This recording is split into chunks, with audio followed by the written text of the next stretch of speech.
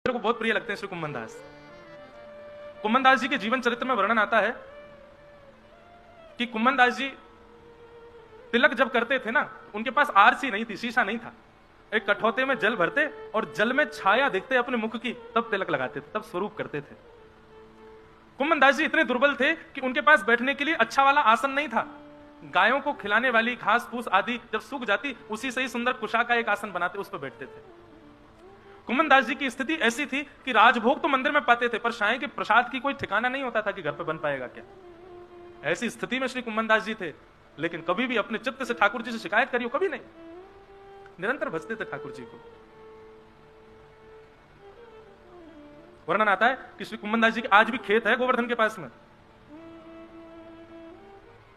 तो श्री कुम्भन दास जी जब अपने खेत में खेती करते थे तो कुम्भन दास जी तो आगे हल लेकर के चलते थे और पीछे पीछे हमारे श्री गिरधर गोपाल जी हाथ में बीज लेकर के बोते हुए चलते, उछालते हुए चलते कुम्भन दास जी के साथ में। वो खेत आज भी है गोवर्धन में, जहां ठाकुर जी अपने हाथ से बुवाई करवाते थे। और ये कोई 5000 वर्ष द्वापर पहले की बात नहीं है, इसी कलिकाल में आज से 450-500 वर्ष पहले जब श्रीनाथ जी गोवर्धन में विराजते थे तब की घटना है। कुम्भन दास जी हल जोतते थे और ठाकुर जी पीछे पीछे बीज लेकर के उनके साथ में खेती करवाते थे कुम्भन दास जी के संग। अब सामान्य मानवीय दृष्टि से देखो तो कुम्भन दास जी के पास में भोजन को अन्न नहीं है, कुम्भन दास जी के पास बैठने को आसन नहीं है, कुम्भन दास जी के पास देखने को शीशा तक नहीं है, लेकिन भक्त दृष्टि से देखो तो पूरे जगत का जगत नियंता जगदाधार उनके साथ खड़ा है।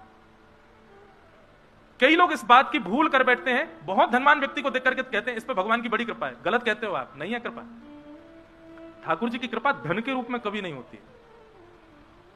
ठाकुर जी की कृपा बाह्य दिखने वाली व्यवस्थाओं से कभी नहीं होती है। ठाकुर जी की कृपा आपके स्वभाव से होती है। आपका स्वभाव यदि सुंदर है तब समझो हाँ ठाकुर जी ने कृपा कर रखी है इस पर। इसका स्वभाव देखो, व्यवहार देखो, इसकी बुद्धि की सरलता देखो, सहजता देखो, निर्मलता देखो, तब समझो ठाकुर जी की कृपा है।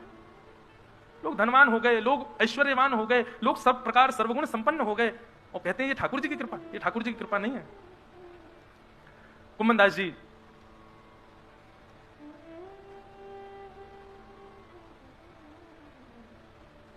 खेती करते, ठाकुर जी पीछे लिए लिए उनके साथ खेती करवाते। इतने में ही साय के 4-4:30 बज गए और ठाकुर जी के उत्थापन दर्शन का घंटा बजने लगा मंदिर में। ठाकुर जी वहीं खड़े हैं कुम्भन दास जी के साथ, ठाकुर जी वहीं खड़े हैं, संध्या का दर्शन का घंटा बजने लगा मंदिर में और कुम्भन दास जी हल आदि छोड़ करके दौड़े और कुआं से जल्दी जल निकाला, अपने पांव धोने लगे, हाथ पहुंचने लगे, मुख पर जल डालने लगे। ठाकुर जी बोले ए कुम्भना कहा कर रहा है? ए सुनना रे, मंदिर को घंटा बज गो, दर्शन करके जाऊंगा। ए बाबड़े मैं तो तेरे संग खड़ा हूं, मैं तेरे पीछे खड़ा हूं, मंदिर काय को भाग रहा हूं? फिर देख कैसे बाबड़ो, मैं संग ही बैठा हूं, संग ही खा रहा हूं, संग ही सब लीला कर रहा हूं, फिर वो मंदिर भाग रहा है। कुम्भन दास जी बोले ठाकुर जी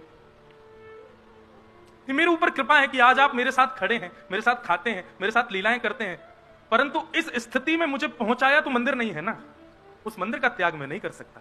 जिस मंदिर ने आपको इस योग्य मुझे बनाया, पहले आप नहीं आते थे तब आप मुझे वहीं मिलते थे, पहले जब आप मेरे साथ नहीं रहते थे तब मैं आपको वहीं देखता था, और आज आप मुझे मिल गए तो मैं उस स्थान का त्याग क्यों कर दूं? और दूसरी बात, यहां आप मेरे प्रेम के बल से आते हैं प्रभु, आज आ रहे हैं कल आएंगे इसकी कोई गारंटी नहीं है, पर मंदिर में तो आप आचार्य के आचार्यत्व से प्रतिष्ठित होकर के बैठे हैं, वहां से आप कहीं नहीं जाओगे, इसलिए मंदिर का त्याग मैं कभी नहीं कर सकता। ठाकुर जी संग खड़े तब भी कुम्भन दास जी मंदिर भागते कि मैं मंदिर में दर्शन करूंगा। वही श्याम सुंदर जो अभी हल चलवा करके आए हैं उन्हीं के सामने जाते, किसी में प्रचार नहीं करते कि देखो मेरे संग अभी हल जुतवा के आयो, मेरे संग अभी खेत जुतवा के आयो, ऐसा नहीं कहते। जाते सीधे उसी भाव से दर्शन करते जैसे मानो 4-5 दिन बाद या 4-5 महीने बाद किसी वैष्णव को दर्शन हुआ हो। दोनों भुजाएं उठा लेते, नेत्रों से आंसू गिरने लग जाते, एक खंभ की टेक लेकर के वहीं खड़े खड़े पद सुनाते ठाकुर जी को गा के। कुम्भन दास जी गाते हैं बहुत सुंदर भाव। नैन पलक लागे नहीं रूप दे, नैन पलक लागे नहीं रूप दे।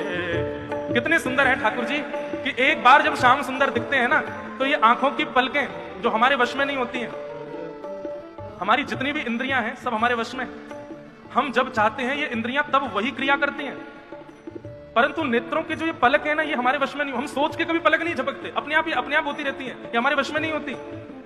लेकिन कुम्भन दास जी कहते हैं जिस दिन श्याम सुंदर आपको वास्तव में दिख गए, आप चाहोगे भी ना तो भी आपकी पलक झपक नहीं पाएंगे, ऐसा है उनका रूप। नैन पलक लागे नहीं रूप देख, नैन पलक लागे